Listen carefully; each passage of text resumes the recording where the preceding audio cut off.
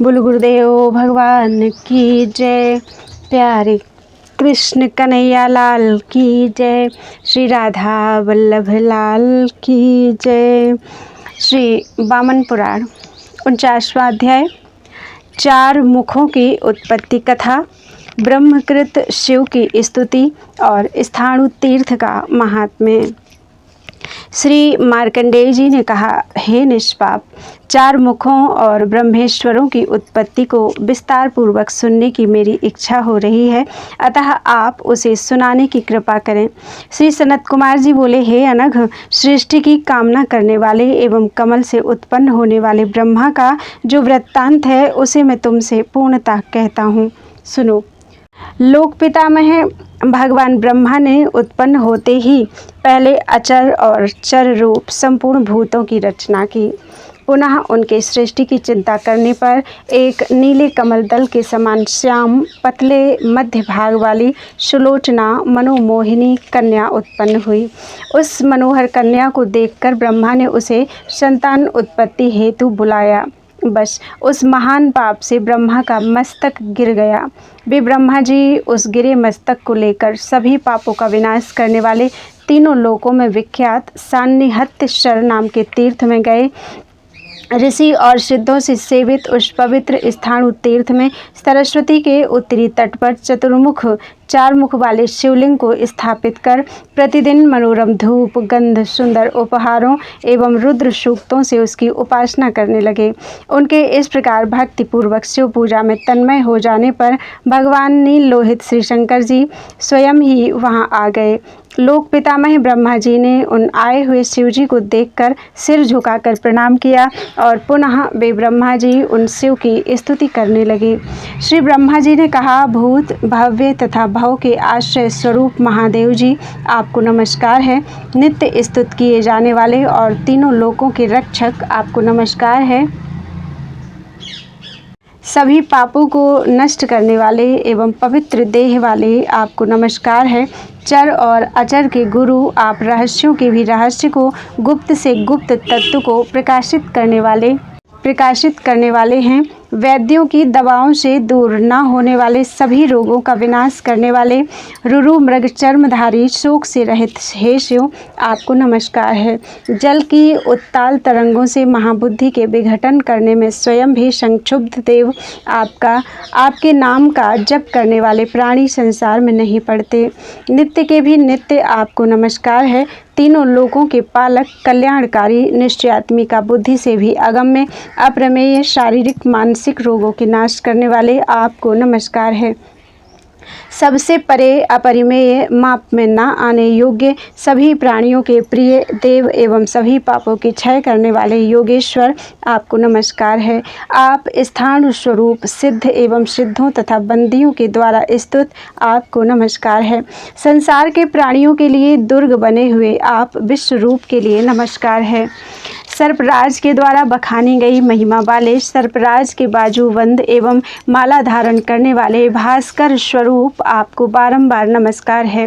इस प्रकार स्तुति किए जाने पर शंकर ने ब्रह्मा से कहा, ब्रह्मन, जो कार्य अवश्यंभावी है उसके विषय में आपको कभी भी चिंता नहीं करनी चाहिए। पहले बराह कल्प में मैंने आपका जो मस्तक अपहृत किया था वही 4 मुख हो गया, अब वह कभी भी नष्ट नहीं होगा। इस सन्निहित तीर्थ में भक्तिपूर्वक मेरे लिंगों की प्रतिष्ठा करके आप सभी पापों से छूट जाएंगे। प्राचीन काल में सृष्टि रचने की इच्छा से आपने मुझे अनुप्रेरित किया था, अतः मैं ऐसा ही होगा यह कहकर भूतों के देश में रहने वाले की भांति दीर्घ काल तक तप करके सन्निहित में विलीन होकर स्थित रहा। उसके बाद आपने बहुत दिनों तक मेरी प्रतीक्षा की। फिर आपने अपने मन में सभी प्राणियों की सृष्टि करने वाले का ध्यान किया। तब उन्होंने मुझे वहाँ जल में विलीन देखकर आपसे कहा कि यदि मुझसे अन्य कोई बड़ा पहले हुआ न माना जाए तो मैं प्रजा की सृष्टि करूँगा। आपने कहा, आपके सिवा कोई दूसरा अग्रज पुरुष नहीं है। ये स्थाणु जल में विलीन तथा विवश पड़े हैं, आप मेरा कल्याण करें। फिर उन्होंने दक्ष आदि प्रजापतियों तथा समस्त भूतों की सृष्टि की। इस तरह जिन्होंने इस चार प्रकार के प्राणी समुदाय को उत्पन्न किया, सृष्टि होते ही वे सभी प्रजाएं क्षुधित हो गईं और प्रजापति को खाने की इच्छा से उन्हीं पर लपक पड़ी। जब उन्होंने उन्हीं को भक्षण करने की चेष्टा की, तब त्राण पाने की इच्छा से वे पितामह के पास दौड़ कर गए और उनसे बोले, प्रजाओं की जीविका का विधान कीजिए। फिर आपने उन्हें अन्न जीवन साधन प्रदान किया। अचल प्राणियों की महा औषधियाँ और निर्बल चल प्राणी शक्तिशाली प्राणियों के अन्न अर्थात प्राणन शक्ति बने। इस प्रकार जीवन निर्वाह के लिए प्राणन शक्ति का विधान हुआ। फिर सभी प्रजाएं अपने स्थान को लौट गईं। फिर तो वे सब परस्पर प्रेम पूर्वक रहकर बढ़ने लगे। प्राणी समुदाय के बढ़ने एवं लोक के गुरु आपको हर्षित होने पर मैंने उस जल से निकलकर प्रजा को देखा। उसके बाद अपने तेज से उत्पन्न हुई उन प्रजाओं को देखकर भारी क्रोध से भरकर मैंने लिंग को उखाड़कर फेंक दिया। तालाब के बीच में फेंका गया वह ऊपर स्थित हो गया। तभी से संसार में स्थाणु नाम से प्रसिद्ध हो गया। इस शिवलिंग का एक बार भी दर्शन करने से मनुष्य सभी पापों से छूटकर मोक्ष पद प्राप्त कर लेता है, जहाँ से वह फिर नहीं लौटता। कृष्ण अष्टमी के दिन मन को शांत समाहित कर इस तीर्थ में निवास करने वाला व्यक्ति अगम्यागमन से होने वाले सभी पापों से छूट जाता है। ऐसा कहकर भगवान महादेव वहीं अंतर्हित हो गए। पाप के शोधन हो जाने के कारण ब्रह्मा जी ने भी चतुर्मुख महादेव का पूजन कर तालाब के बीच में देवाधिदेव शिव के लिंगों की सृष्टि की। पहले तो उन्होंने हरि की बगल में ब्रह्मशर को स्थापित किया और दूसरा अपने आश्रम ब्रह्म सदन का निर्माण किया। उसी की पूर्व दिशा में ब्रह्मा ने तृतीय शिवलिंग को एवं सरस्वती नदी के तट पर चतुर्थ शिवलिंग को प्रतिष्ठित किया। जो प्राणी उपवास व्रत पूर्वक इन पवित्र पापनाशक ब्रह्म तीर्थों का दर्शन करते हैं, वे परम गति को प्राप्त होते हैं। सतयुग में हरि की बगल में, त्रेता में ब्रह्मा के आश्रम में, द्वापर में उसके पूर्व तथा कलयुग में सरस्वती के तट पर स्थित शिवलिंगों का भक्तिपूर्वक पूजन एवं दर्शन करने से मनुष्य सभी पापों से छूटकर परम गति को प्राप्त करते हैं। सृष्टि करने के समय सरस्वती के उत्तरी तट पर भगवान ब्रह्मा जी से अर्चित भगवान महेश्वर चतुर्मुख नाम से प्रसिद्ध हुए। मनुष्य उनको श्रद्धा के साथ प्रणाम कर लोला शांकरीय अर्थात चंचला से उत्पन्न वर्ण संकर तथा वैभंड सांकर्य से उत्पन्न सभी पापों से मुक्त हो जाता है। उसी प्रकार द्वापर युग के आने पर अपने आश्रम में शंकर का पूजन कर ब्रह्मा वर्ण सांकर्य से उत्पन्न होने वाले रजोगुण के भावों से मुक्त हुए। मनुष्य कृष्ण चतुर्दशी तिथि में वहाँ शंकर जी का पूजन कर अभक्ष अन्न के भक्षण करने से होने वाले समस्त पापों से विमुक्त हो जाता है। कलिकाल आने पर श्री वशिष्ठाश्रम में स्थित होकर ब्रह्मा जी ने चतुर्मुख शंकर की स्थापना की तथा उत्तम सिद्धि प्राप्त की। जो लोग वहाँ निराहार श्रद्धा युक्त और जितेंद्रिय होकर महादेव की पूजा करेंगे, वे परम पद को प्राप्त करेंगे। इस प्रकार मैंने आपसे स्थाणु तीर्थ का महात्म्य बतलाया, जिसे सुनकर मनुष्य सभी पापों से मुक्त हो जाता है। इस प्रकार श्री वामन पुराण में 49वां अध्याय पूरा हुआ। बोलो वृंदावन बिहारी लाल की जय। 50वां अध्याय कुरुक्षेत्र के प्रथुदक तीर्थ के संदर्भ में अक्षय तृतीया के महत्व की कथा। श्री देवदेव महादेव ने कहा, देवताओं, इस प्रकार प्रथुदक तीर्थ पाप भय को नष्ट करने वाला और पवित्र है। तुम लोग सन्निहित तालाब तक उस ज्ञात अर्थात व्याप्त होने वाले महातीर्थ में जाओ, जिस समय जिस तिथि में चंद्रमा, सूर्य एवं बृहस्पति ये तीनों ग्रह मृगशिरा नक्षत्र में होते हैं स्थित होते हैं, उस पवित्र तिथि को अक्षया तिथि कहते हैं। हे श्रेष्ठ देवताओं, जहाँ सरस्वती नदी पूर्व दिशा में बह रही है, वहाँ जाकर भक्ति श्रद्धा से श्राद्ध करके पितरों की आराधना करो। भगवान का निर्देश सुनकर इंद्र के सहित सभी देवता कुरुक्षेत्र में विद्यमान पृथुदक नाम वाले पवित्र तीर्थ में गए। वहां स्नान करके सभी देवताओं ने बृहस्पति से कहा, भगवान, इस मृगशिरा नक्षत्र में आप प्रविष्ट होकर पाप विनाशिनी पवित्र तिथि का निर्माण विधान करें। आपका यह निर्दिष्ट समय आ गया है। सूर्य उस स्थान पर स्थित हैं तथा चंद्रमा भी उसमें प्रविष्ट हो रहे हैं। हे बृहस्पति, देवताओं का कार्य आपके अधीन है, आप उसे पूरा करें। देवताओं के इस प्रकार कहने पर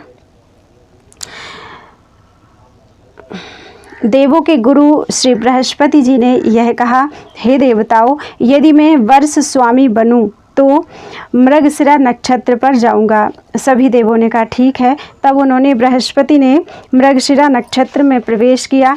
आषाढ़ महीने के मृगशिरा नक्षत्र में चंद्रक्षय अर्थात अमावस्या तिथि के आ जाने पर इंद्र ने प्रसन्न होकर कुरुक्षेत्र में भक्ति के साथ पितरों को तिल और मधु से मिला हुआ हविष्यान्न का पिंड प्रदान किया। तब पितरों ने देवों को अपनी मैना नाम की कन्या दी। देवताओं ने उसे हिमालय को सौंप दिया। देवों के अनुग्रह से उस मैना को पाकर वे हिमवान प्रसन्न हो गए और इच्छानुकूल विनोद विहार में लग गए। हिमालय पितरों द्वारा दी गई उस कन्या के साथ दाम्पत्य सुख में आसक्त हो गए। फिर उस मैना ने भी सुर नारियों के समान अत्यंत रूपवती 3 कन्याओं को उत्पन्न किया।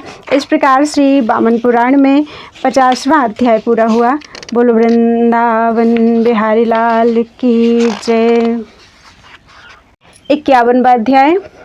मैना की 3 कन्याओं का जन्म, कुटिला और रागिणी को शाप, उमा की तपस्या, शिव द्वारा उमा की परीक्षा एवं मंदराचल पर गमन। श्री पुलस्त्य जी बोले, मैना को रूप और गुणों से संपन्न 3 कन्याएं उत्पन्न हुई और चौथा सुनाभ नाम से विख्यात पुत्र उत्पन्न हुआ।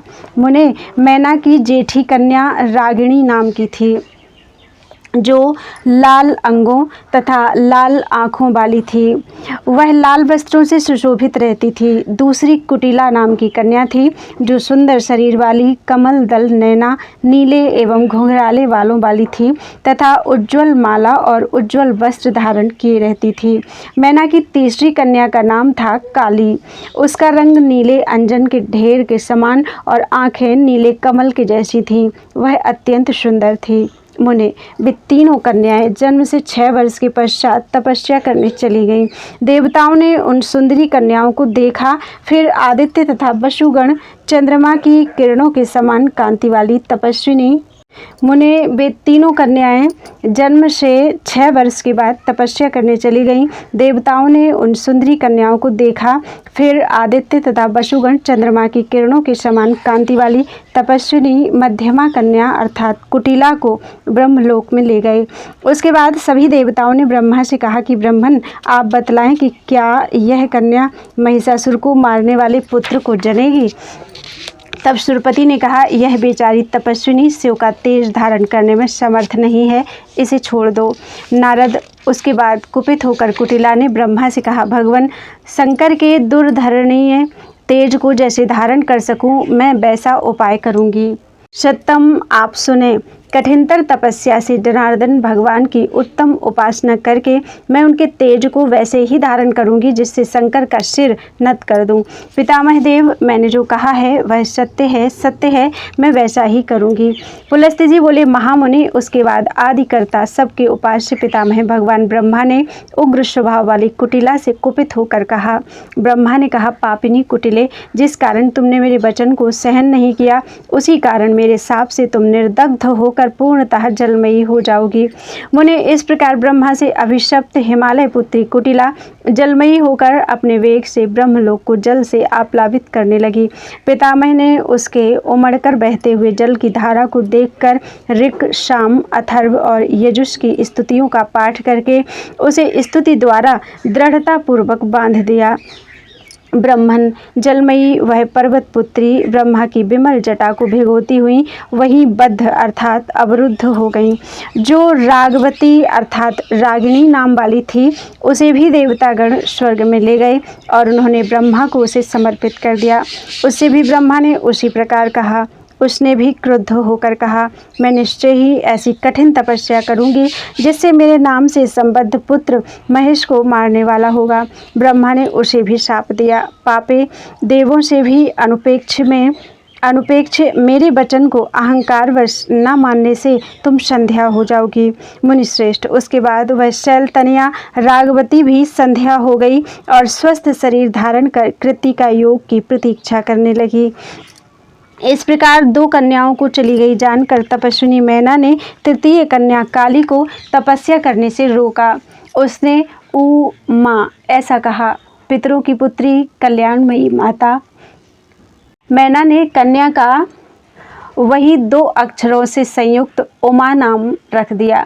उमा भी तपोवन में चली गई। उसके बाद उसने मन में शूलपाणी वृषध्वज रुद्र का ध्यान कर कठिन तपस्या की। फिर ब्रह्मा ने देवताओं से कहा, देवताओं, तुम लोग हिमालय पर तप करती हुई हिमालय की पुत्री काली के पास जाओ और उसे यहाँ ले लाओ। उसके बाद देवगण हिमालय पर आए और उन लोगों ने शैल नंदिनी को देखा, परंतु उसके तेज से व्यग्र अर्थात व्याकुल हो जाने के कारण वे उसके निकट न जा सके। देवताओं के साथ इंद्र भी उसके तेज से कांतिहीन से हो गए। वे ब्रह्मा जी से उसके तेज का आधिक्य बतलाकर खड़े हो गए। उसके बाद ब्रह्मा ने कहा, वह निश्चय ही शंकर की पत्नी होगी, क्योंकि उसके तेज से तुम सब आकुल और प्रभाहीन हो गए हो। अतः देवताओं, तुम लोग चिंता छोड़कर अपने अपने स्थान को जाओ। अब समझ लो कि युद्ध में तारक के साथ महेश मारा ही गया। इस प्रकार ब्रह्मा जी ने जब इंद्र के साथ सभी देवताओं से कहा, तब देवगण चिंता रहित होकर उसी समय अपने अपने स्थान पर चले गए। फिर पत्नी सहित पर्वतराज हिमवान तपश्चर्या में लगी हुई उमा को भी उस तपश्चर्या से हटाकर उसे घर ले आए। महाज्ञानी महादेव भी निराश्रय नाम के उस कठिन रौद्र व्रत का आश्रय लेकर मेरु आदि बड़े बड़े पर्वतों पर भ्रमण करने लगे। वे कभी पर्वतराज हिमालय पर गए।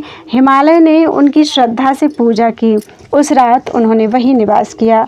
दूसरे दिन पर्वतराज हिमालय ने महादेव को निमंत्रित किया और कहा, हे विभो, आप तपस्या करने के लिए यहीं रहें।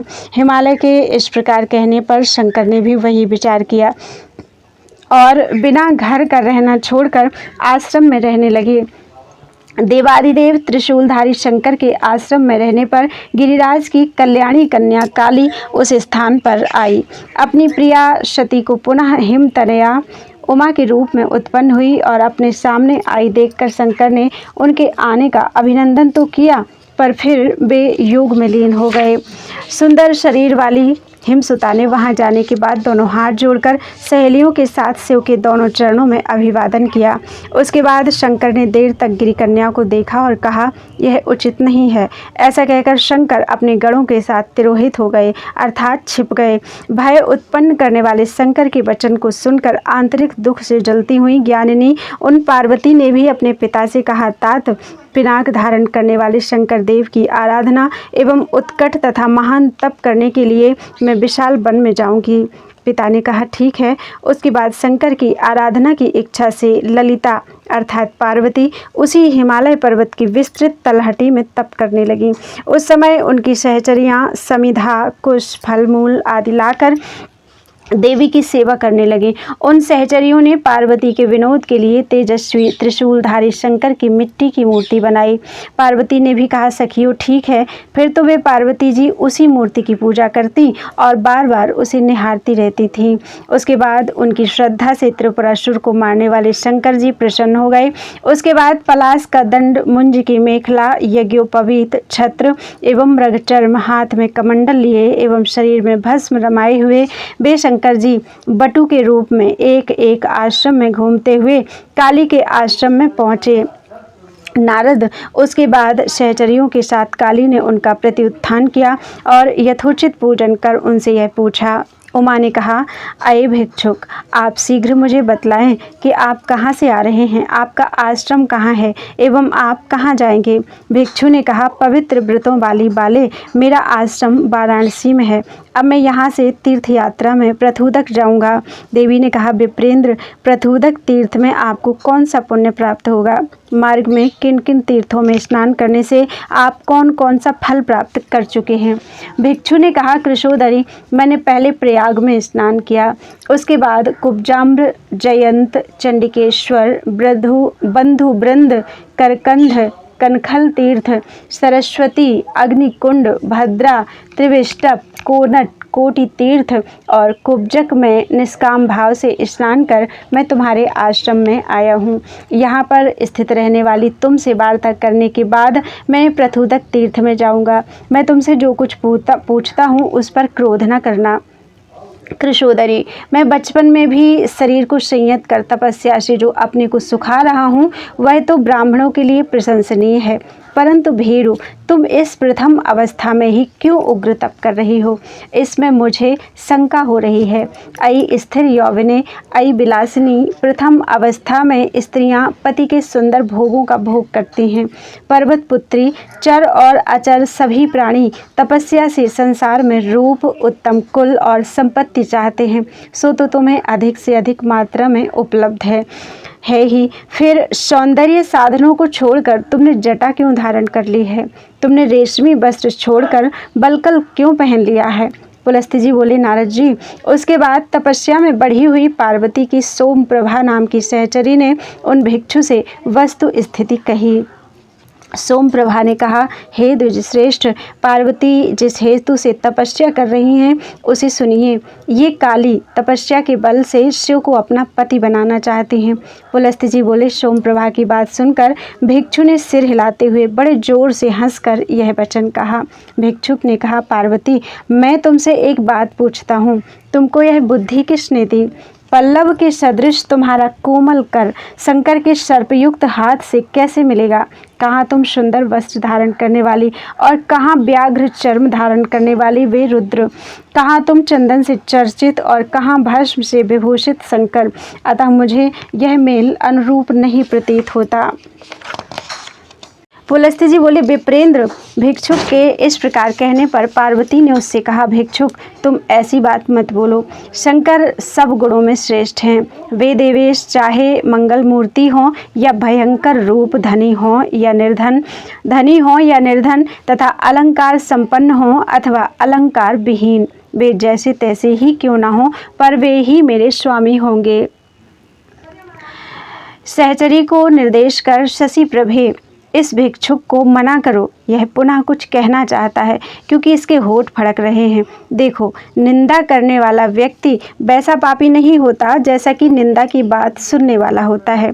पुलस्त्य जी पुनः बोले, इस प्रकार कहकर वरदायिनी पार्वती ने ज्यों ही वहां से उठकर जाना चाहा त्यों ही शंकर ने बनावटी भिक्षु रूप को छोड़कर अपने वास्तविक रूप में हो गए। वे अपने वास्तविक रूप में आने पर बोले, प्रिय, अपने गृह जाओ, मैं हिमवान के घर तुम्हारे लिए महर्षियों को भेजूंगा। रुद्र की कामना करने वाली तुमने यहाँ जिन पार्थिव रूप को ईश्वर माना है वे संसार में भद्रेश्वर नाम से प्रसिद्ध होंगे।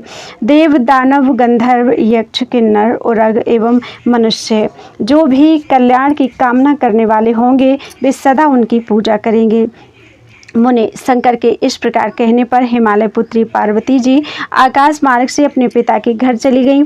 महातेजस्वी शंकर भी पर्वतराज की कन्या को विदा कर प्रथुदक नाम के तीर्थ में चले गए और वहां जाकर उन्होंने यथाविधि स्नान किया। उसके बाद देवों में प्रधान महेश्वर प्रथुदक तीर्थ में स्नान करके पाप से विमुक्त होकर नंदी गणों एवं वाहन के सहित महान मंदरगिरी पर आ गए। 7 ब्रह्मर्षियों अर्थात सप्तऋषियों तथा अपने गणों के साथ त्रिपुरासुर को मारने वाले शंकर जी के आ जाने पर पर्वतश्रेष्ठ मंदर क्षण भर में ही प्रसन्न चित्त हो गया। पर्वतराज ने दिव्य फलों, मूलों, कंदों एवं पवित्र जल से समस्त गणेश्वरों के साथ भगवान शंकर की पूजा की। इस प्रकार श्री वामन पुराण में 51वां अध्याय पूरा हुआ। बोलो वृंदावन बिहारी लाल की जय। त्वदीयं वस्तु गोविंदं तुभ्यमेव समर्पये, तेन त्वदङ्घ्रिकमले रतिं मे यच्छ शाश्वतीम्।